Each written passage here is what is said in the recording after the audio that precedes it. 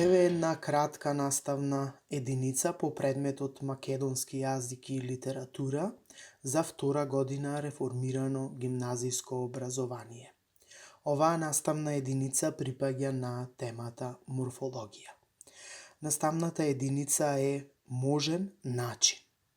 Можниот начин уште се нарекува потенцијал.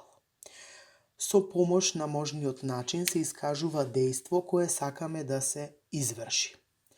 Можниот начин уште служи за изразување на предполагано при определени услови дејство, можно или посакувано дејство. Тоа се јавува во една форма за сите три лица, во еднина и во множина.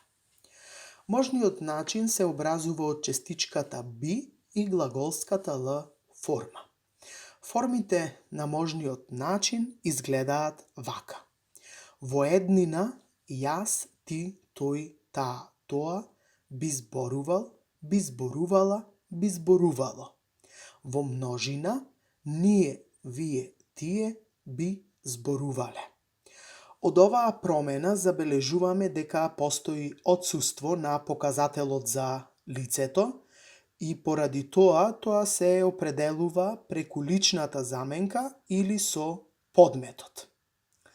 По правило, од свршените глаголи се употребува свршената глаголска л форма, а од несвршените глаголи несвршената. Например, не може да се каже ти би викнел, ти би спал.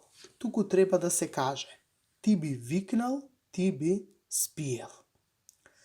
Формите на можниот начин многу повеќе се застапени во современиот македонски јазик отколку во народниот.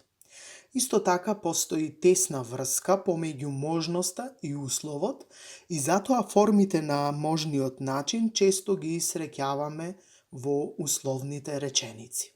Тоа ќе го согледаме од примерите. Ако ме поканиш, би дошол. Условот е ако ме поканиш. И вториот пример, кога би ме поканил, би дошол. Условот е кога би ме поканил. Во однос на граматичката норма, неправилна е употребата на можниот начин со сврзникот за да во целните реченици. Например, не треба да се каже тој излезе порано за да би стигнал навреме. Туку треба да кажеме тој излезе порано за да стигне навреме. Овде од вториот пример го забележуваме отсуството на глаголската л форма и частичката би, за да стигне навреме. Понатаму, ученици треба да одговорите на следниве прашања и задачи. Прво прашање, какви дејства се изразуваат со можниот начин?